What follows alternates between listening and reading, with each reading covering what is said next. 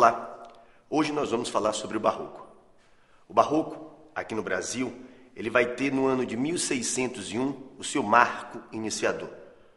Bento Teixeira escreverá a obra Prosopopeia e ele vai se estender até o ano de 1768, quando Cláudio Manuel da Costa publicará obras poéticas. No século XVII, o ser humano vive atormentado. Ele vive cheio de dúvidas existenciais, dividido entre aquela visão renascentista, humanista e racional e, do outro lado, atormentado pela culpa religiosa. Porque o Barroco, se você quiser um conceito bem fácil, é a tentativa de você fundir valores que, na verdade, não são facilmente possíveis de serem fundidos, ou seja, é a fusão dos ideais medievais com os valores renascentistas. O Barroco no Brasil vai ter como expoentes maiores duas figuras, uma nascida aqui em Salvador, Gregório de Matos Guerra, o Boca do Inferno, o notabilíssimo canalha, e o outro que veio para cá, para a Bahia, muito cedo, grande conhecedor da língua portuguesa, que vai ser o nosso grande padre Antônio Vieira. Figura extremamente importante, tanto para a literatura portuguesa, ele que nasce em Portugal, quanto para a literatura brasileira, já que boa parte dos seus 207 sermões ele escreveu aqui em Salvador. O Barroco, essa arte da instabilidade, essa arte da ostentação, essa arte do exagero, considerado por muitos como a arte do feísmo, a arte da contradição. No que diz respeito aos traços marcantes do Barroco, é interessante que você não esqueça, nós vamos ter o fusionismo como uma das marcas mais importantes. Esse escritor barroco, esse artista barroco, muito mais preocupado com aquela ideia de morte, ele está, sim, atormentado com essa inexorável passagem do tempo. E para você perceber isso de forma muito clara, observe o poema de Gregório de Matos Guerra. Nasce o sol e não dura mais que um dia. Depois da luz se segue a noite escura. Em tristes sombras morre a formosura. Em contínuas tristezas a alegria. Porém, se acaba o sol, por que nascia? Se é tão formosa a luz, por que não dura? Como a beleza assim se transfigura, como o gosto de pena assim se fia. Mas no sol e na luz falte a firmeza, na formosura não se dê constância, e na alegria sinta-se tristeza. Brilhante poema, hein? Você observou que a presença das frases interrogativas evidenciam as dúvidas desse homem barroco. O homem barroco, esse ser conflituoso, não tem absolutamente certeza de nada. Ele vive num dilema, numa angústia.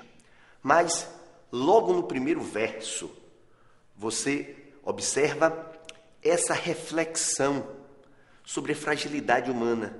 Esse tempo que passa, nasce o sol e não dura mais que um dia. Mas, além dessas características, nós não podemos deixar de frisar o rebuscamento formal. O Barroco é uma arte formalmente hipertrofiada. Alguns chegam a dizer que, no que diz respeito ao conteúdo, ela é hipotrofiada. Então, o rebuscamento formal, nós vamos ter também essa engenhosidade, essa teatralidade, esse dinamismo. Mas, ao lado dessa certeza da brevidade da vida, da passagem do tempo, nós vamos encontrar num poeta, Gregório de Matos Guerra, uma característica que você não vai poder esquecer. Não é a parte mais barroca da sua obra, é a parte menos barroca. No entanto, é a parte original, que vai fazer, inclusive, com que ele seja degradado em Angola. Gregório de Matos Guerra, quando retorna para o Brasil, ele sequer vai poder vir aqui para a Bahia. Ele tem de ir lá para Recife, onde ele morre, inclusive. A poesia satírica é uma poesia em que Gregório de Matos vai utilizar, muitas vezes, de termos de baixo calão, os palavrões. Gregório de Matos vai fazer uma fortíssima crítica a toda a pirâmide da sociedade. Nós vamos ter, desde o povo até o governador, Gregório de Matos soltará essa sua língua ferina. Observe o poema. A cada canto, um grande conselheiro, que nos quer governar cabana e vinha. Não sabem governar sua cozinha e podem governar o mundo inteiro. Em cada porta, um bem frequente olheiro, que a vida do vizinho e da vizinha pesquisa, escuta, espreita e esquadrinha para levar à praça e ao terreiro. Muitos mulatos desavergonhados, trazidos sob os pés, os homens nobres, posta na palma toda a picardia, estupendas usuras nos mercados. Todos os que não furtam, muito pobres, e eis aqui a cidade da Bahia. Então, a obra de Gregório de Matos, você pode dividi-la em poesia lírica, religiosa, lírica, filosófica e lírica amorosa, poesia satírica, poesia encomiástica, laudatória e fecenina. Parceiro de Gregório de Matos, ou melhor, contemporâneo de Gregório de Matos, que inclusive se queixava de não ter os seus sermões tão conhecidos quanto os poemas satíricos do poeta, Padre Antônio Vieira. Como eu disse, um mestre conhecedor da língua portuguesa como poucos. Padre Antônio Vieira, com as suas cartas e os seus sermões, ele vai, acreditem, incomodar muita gente. Padre Antônio Vieira não restringia os seus sermões apenas a aspectos religiosos. Ele enfocava a problemática política, ele enfocava reflexões muito mais mundanas, vamos dizer assim. Ele era contra a escravização dos índios, ele era contra a corrupção, ele era um nacionalista megalomaníaco, Padre Antônio Vieira. Ele acreditava que Portugal, muito em breve, sebastianista que ele era, voltaria a ser um grande império. Na escultura, os gestos e os rostos dos personagens revelam emoções violentas e atingem uma dramaticidade desconhecida no Renascimento. Na pintura, observe bem, o artista faz uso do contraste de luz e sombra, claro e escuro. Há uma tentativa de mostrar ao homem a miséria do homem através de vigorosas impressões sensoriais. Uma visão trágica da existência é exatamente explicitada nessas imagens. Vieira, nos seus sermões, ele utiliza muito o conceptismo. Você não pode esquecer que há duas correntes do barroco.